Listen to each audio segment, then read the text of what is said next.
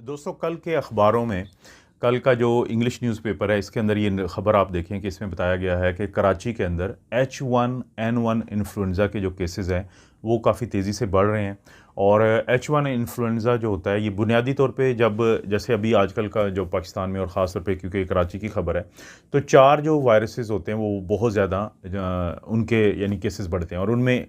जो इन्फ्लुएंज़ा ए और बी ज़्यादा हैं और H1 और N1 जो सब टाइप होती है ये इन्फ्लुएंज़ा वायरस एक ही है। अब वहाँ पे जो डॉक्टर्स ने जो पूरा इस खबर के अंदर ज़िक्र किया गया है कि जो गवर्नमेंट के हॉस्पिटल हैं वहाँ पे इसकी वैक्सीन क्योंकि शॉर्ट है तो लोगों को कहा गया है कि एक तो आप बाहर से वैक्सीन लगवाएं ताकि वैक्सीन क्योंकि अगर जिन लोगों को लगी होती है तो उनको बहुत ज़्यादा ये फ़ायदा हो जाता है कि उनके अंदर पहले तो बीमारी होगी नहीं, अगर हो भी जाती है तो उसकी शिद्दत बहुत कम होती है और रिकवरी टाइम शॉर्ट होता है, जल्दी ठीक हो जाते हैं। अब वो कौन सी लोगों की ग्रुप है, कौन सा लोगों की वो क्लास है कि जिनको ये वैक्सीन ज़रूरी है लग जाए। एक तो वो लोग जिनको पहले से कोई बीमारियां होती हैं, जैसे किसी को गुर्दे की ख़राबी है, कोई दिल का मरीज़ है या कोई फेफड़ों के COPD या इस तरह के मसले होते हैं, ऐसे लोगों को।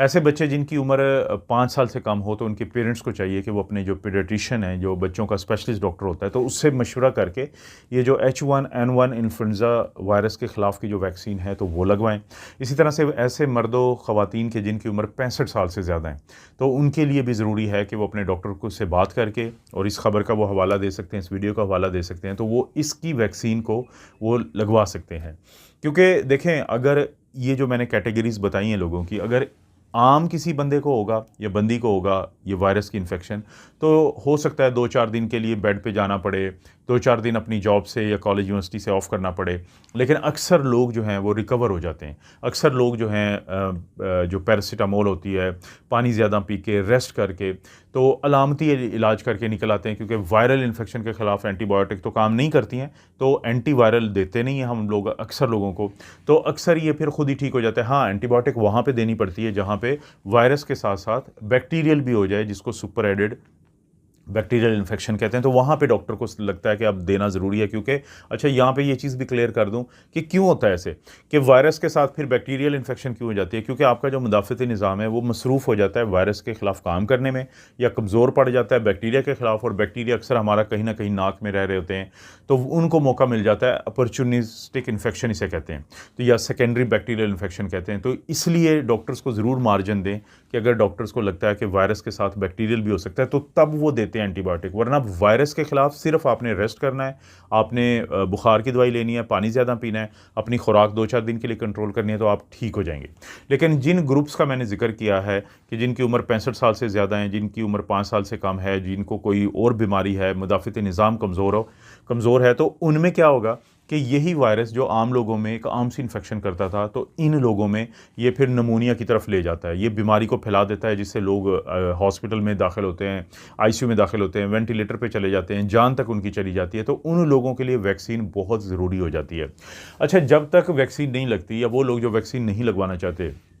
तो वो H1N1 इन्फ्लुएंज़ा की जो इन्फेक्शन है जो इस वक्त कराची का, जैसे मैंने जिक्र किया, और ज़ाहिर है कि आजकल बहुत ज़्यादा ट्रैवलिंग होती है। अगर कराची में है तो लाहौर में भी होगी, लाहौर में है तो फिर इस्लामाबाद में भी ये चीज़ हो सकती है। और आजकल जैसे कि सर्दियाँ एंड हो रही हैं तो ये सीज़न है इन्फेक्शंस का।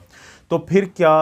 तरीका है इससे बचने का? प्रिवेंशन बहुत आसान है कि अगर आप बहुत ज़्यादा क्राउडिंग जगहों पे मत जाएं, अगर जाना मजबूरी है तो कोशिश करें मास्क पहने, कहीं पे खिड़कियां बंद हैं, कहीं पे आप बैठे हैं और आपको लग रहा है कि किसी को कोई ज़ुकाम है या खांसी है, तो खिड़कियां लाजमी खुलवाएं। और इसी तरह से मास्क आपको बचा के रखता है इन चीज़ों से। और अगर आप उस ग्रुप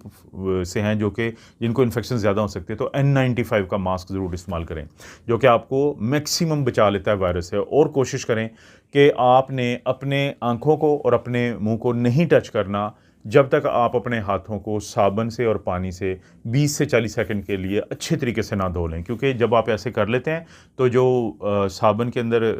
जो केमिकल्स होते हैं वो इस वायरस की जो दीवार होती है उसको तोड़ देते हैं और ये वायरस की नहीं बचता। लेकिन अगर आप अपने हाथों को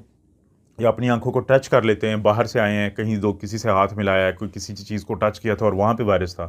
तो फिर ये आपको नुकसान देगा। प्रॉब्लम सिर्फ इतना होता है कि आप टच कर सकते हैं लेकिन धोने के बाद, या अगर धोना नहीं आपने और आप कहीं बाहर गए हैं तो आप हैंड सैनिटाइज़र लेके जाएं जो अल्कोहल बेस्ड होते हैं। जब आप उससे 20 से 40 सेकंड के लिए कर लेंगे तो वही काम होगा जो साबुन और पानी करते हैं। और जब आप टच करेंगे तो आपको कोई नुकसान नहीं होगा, क्योंकि यही सबसे बड़ा मोड ऑफ ट्रांसमिशन है, ये फैलता है। तो क्योंकि H1N1 इन्फ्लुएंजा की इन्फेक्शन कराची में फैल रही है, तो मैंने मुनासिब समझा कि ये ख़बर आपसे इस तरीके से शेयर करूं कि उन लोगों को भी ख़बरदार कर दिया जाए कि जिनको ये मसले ज़्यादा करती है, और वो तरीका भी बता दिया जाए जो वैक्सीन के अलावा है, कि जो आपको मदद करता है इस इन्फेक्शन से बचने के लिए।